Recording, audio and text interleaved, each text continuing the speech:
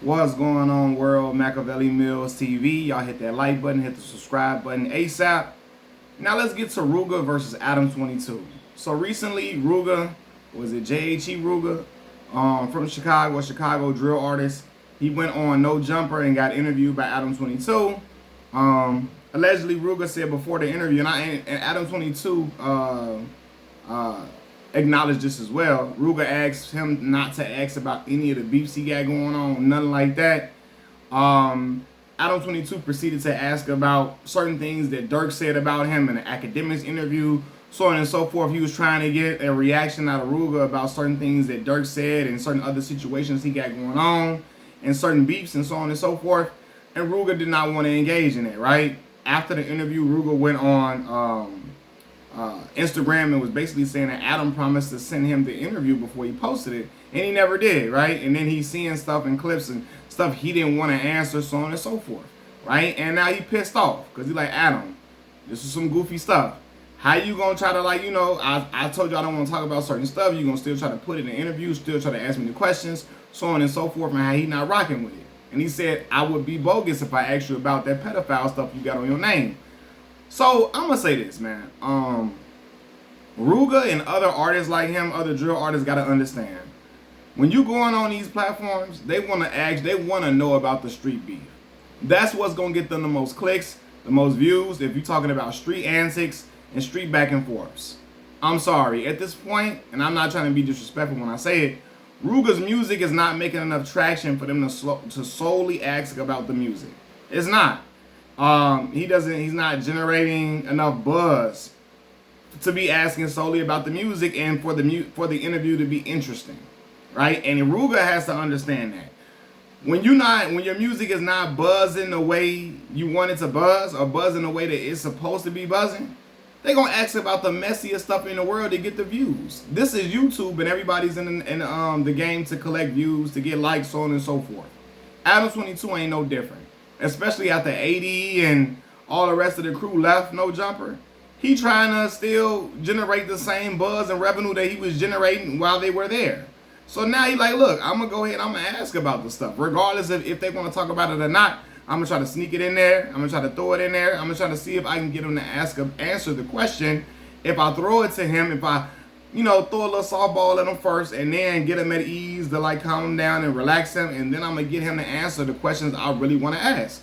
And so Rooga has to be honest with himself to know, hey, my music is not gaining worldwide traction, not even like a whole lot of traction across America like that. They're going to want to ask you about Lil Durk. They're going to want to ask you about your relationship with Duck. They're going to want to ask you about certain beefs you got going on the internet. They're going to want to know about those things. Unfortunately, you don't want to answer it, but that's the only way they're going to have you on these platforms. And he has to realize that and say, you know what? Because this is the thing. A lot of the artists, they want the interviews, the money that comes with the interviews. They want the notoriety that comes with the interviews. Because let's be for real, FYB, J-Man, and all of them, and they going to get some pub. Rooga and them going to get some looks off these interviews that's going on. They going to get recognized a lot. They gonna get a lot of they're gonna get a lot of love off these interviews, and it's gonna help them in certain ways, but they gotta be real with themselves and say, if I'm not ready, I don't want to talk about no beef. I shouldn't go on No Jumper until my music is popping, until I got something else going on that's extremely popping, to where the interviewer, he may, they'll still want to ask about it a little bit, but it's not taking up the majority of the interview.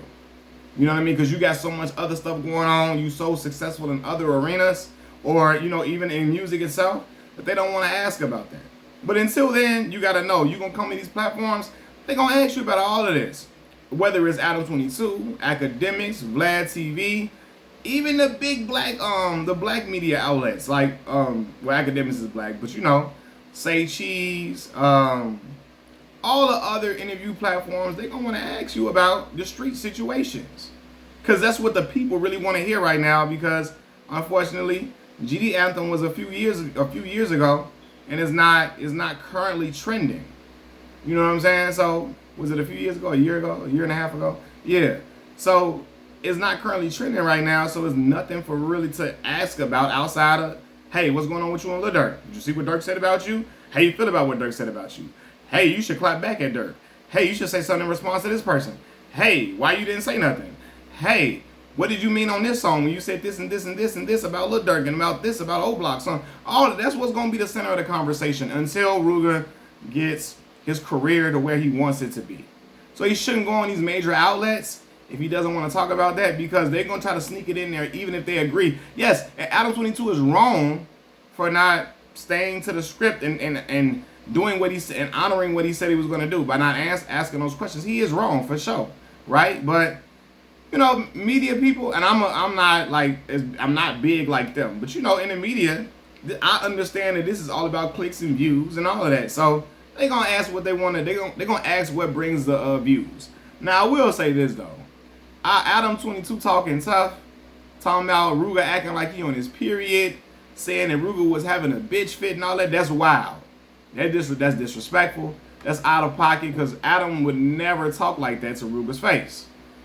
You know what I'm saying? I don't know Adam personally. I just feel like he would never talk like that to Rooga's face. So all that talking crazy like that, nah, relax on that. Relax on that, Adam. You can be upset that the man, called you out or whatever. You can feel a way about it, but telling him he acting like he on his period, having a bitch fit, I like, alright, you wouldn't be saying like that to their face. But I mean, I know and understand what Adam trying to do. He trying to get the buzz back on No Jumper like it was. So, like, you know, when AD and them was there, No Jumper was at its height, and Adam and his crew built it up for a long time.